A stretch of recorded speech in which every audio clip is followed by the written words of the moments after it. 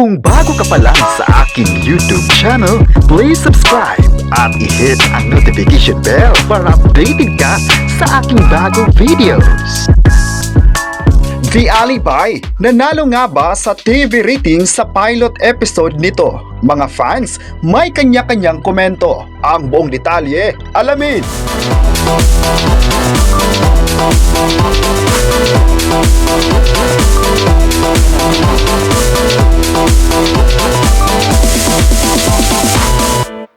Marami ngayon na nagtatanong kung ano nga ba ang standing ng TV ratings noong March 16, 2026. Mainit na pinag-usapan talaga sa social media ito dahil ito din ang pagsisimula ng pinakamalaking serye, ang The Alibi series ni Kim Chiu at Paolo Avellino. Sa survey na inilabas ng Newtime People Ratings nitong March 16, nakakuha ang The Alibi ng 5.6% habang ang katapat nito na Sangre ay may 10.4 na napapanood sa Jimmy 7 at GTV.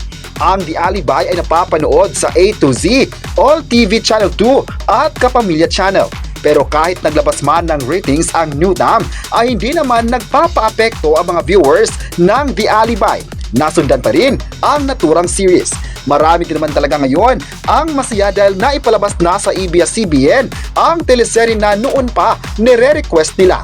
Sa ilang episodes pa lang ay nahook na ang mga viewers at may kanya-kanyang komento na agad. Ayon mga viewers, maganda na susundan pa ang mga eksena ng The Alibi dahil maganda ang kwento at hindi talaga tinipid ang mga artistang napabilang rito. Hindi raw nakakagulat kung bakit ipinabas ito sa isang streaming platform dahil maganda naman talaga ang kwento at ikalibre ang pagkakagawa. May nagsabi naman na mas lalong abangan pa ang mga susunod na pasabog ng The Alibi, lalo pat kagabi napanood na ang intense na tagpo ni Kim Chiu at Paolo Avellino.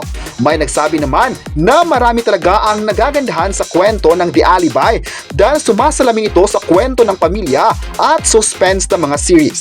May nagsabi naman na hanggang andyan talaga ang Kim Pao ay susuporta ang mga tao rito. At kahit nung nasa streaming platform pa ito, ay sulit ang kanilang pagmamahal.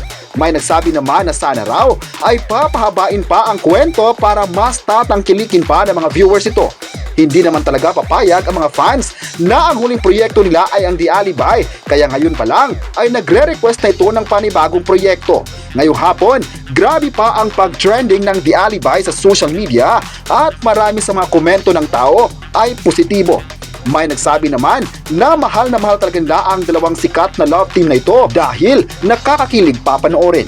Nagustuhan din naman talaga ng mga tao ang chemistry ni Kim Chiu at Paolo Avellino at nagustuhan din nila ang pagiging palaban nila sa mga bashers. Kayo, ano ang masabi nyo na naglabas ng TV ratings ang Newtime noong March 16?